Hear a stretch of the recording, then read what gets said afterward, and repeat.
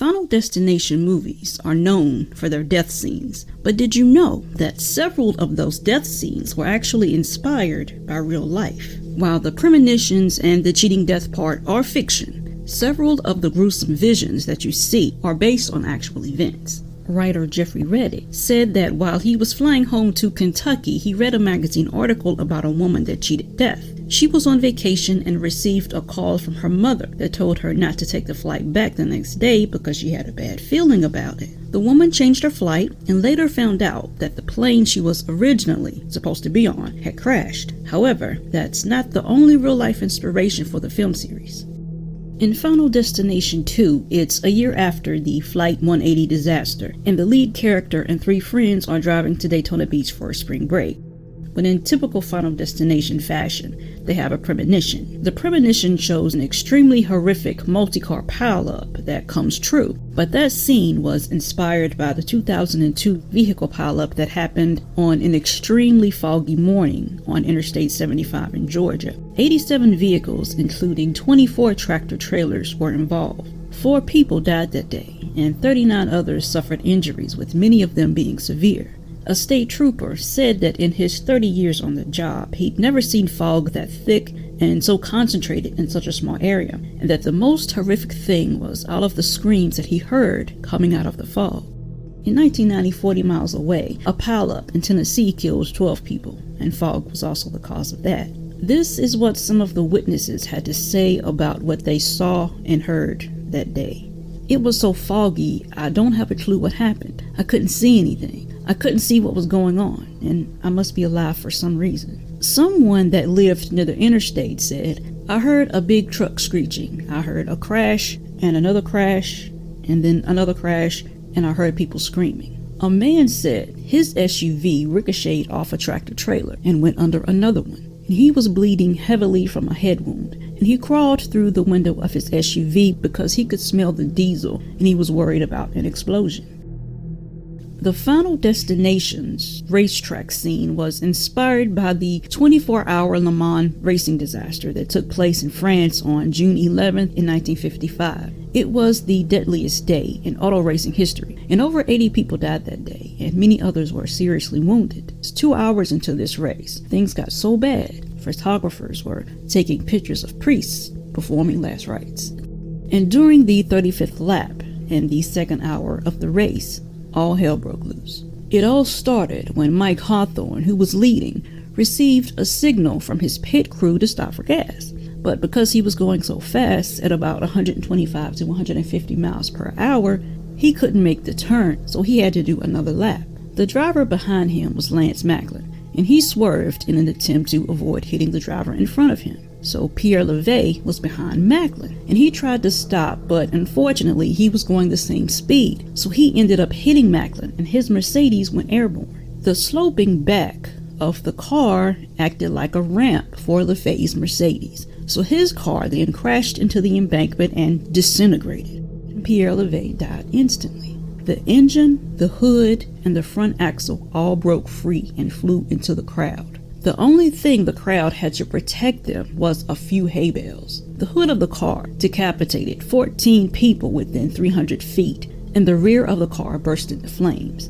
So now people were burning to death. When Hawthorne made it back to his pit stop where the crash originally started, tears were streaming down his face. Up in the stands, people were using advertising banners to carry those that were injured or dead, while others were desperately trying to find their family members. But guess what? The race didn't stop. Mike Hawthorne, who was dealing with a kidney infection, went on to win the race, and he set a new record. But there wasn't a lot of celebrating. The organizers of the race said that canceling it would have caused a panicked crowd on the roads, and that it would be harder for the emergency vehicles to get to the people that were injured.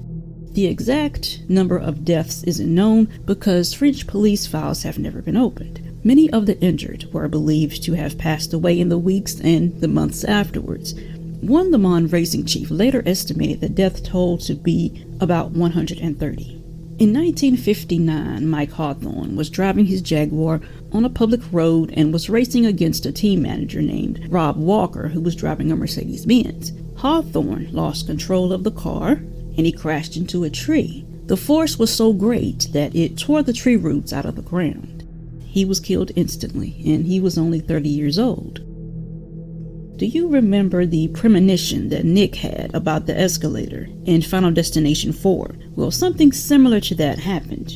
In 2015, a mother in China was getting off of an escalator in a shopping mall when the footplate collapsed beneath her. But even though she was being sucked into this escalator, with only her upper body being visible, she managed to kind of throw her 2-year-old son to safety. There were 2 ladies standing at the top of this escalator, and they saw her coming up, but they waited until she was halfway up the escalator before they tried to warn her. But by then it was too late. It's believed that the accident was caused by workers that failed to tighten the screws on the footplate during maintenance. In Final Destination 4, there's a scene where one of the characters is at the bottom of the pool looking for a lucky coin that fell in. While he's at the bottom, his swim trunks get stuck in the drain pump. The draining pressure increases until the pump on the outside explodes and his insides are sucked out, and they end up exploding out of the pump that's on the outside of the pool. In June 2007, 6-year-old Abigail Taylor, called Abby, was playing in a public pool when she sat on a drain without realizing it. The powerful suction ripped her small intestine from her body. Her mother didn't know that anything had happened.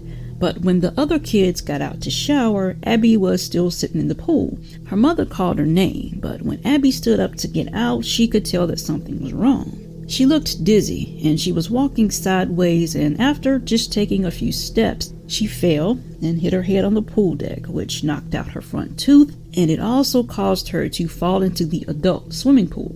At the time, nobody really knew how dangerous Abby's injuries were. They thought that maybe it was a sunstroke. There wasn't any blood, but Abby was floating in and out of consciousness, and she was telling her parents that her stomach hurt. Several hours later, she went into surgery for what doctors thought was a rectal tear. She didn't have a rectal tear, however. She had been disemboweled. Doctors told her parents they don't even know how she survived the night. Abby would eventually need a transplant, but for the time being, she was able to go home and eventually back to school. Her mother hid her nutritional solution in her backpack, and a drainage tube that came out her side was in her Hannah Montana purse. Fast forward 6 months, and Abby has a triple transplant. She received a new liver, small bowel, and a pancreas.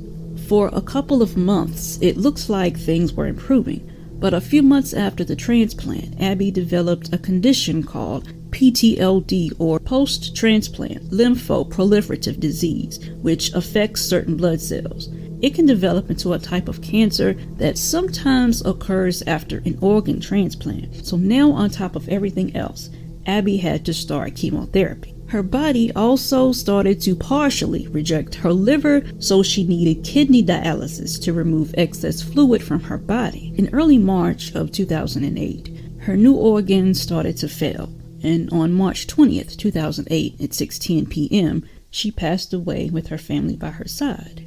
In the hospital, Abby's parents made a promise to her. They promised to make sure that this didn't happen to another child. So the Abby's Hope Charitable Foundation was founded. Here are some real-life Final Destination cases.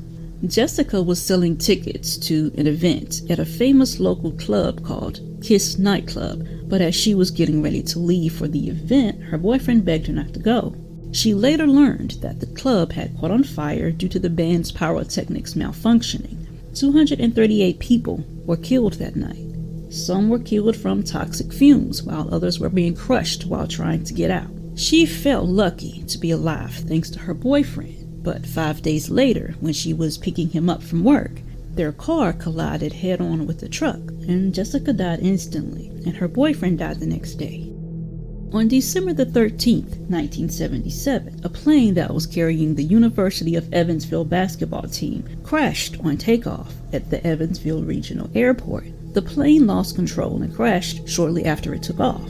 Every single player was killed, except for one. He was out for the season with an ankle injury, but just 2 weeks after the plane crashed, he and his younger brother were killed in a car accident. At this point, the entire Evansville team was dead.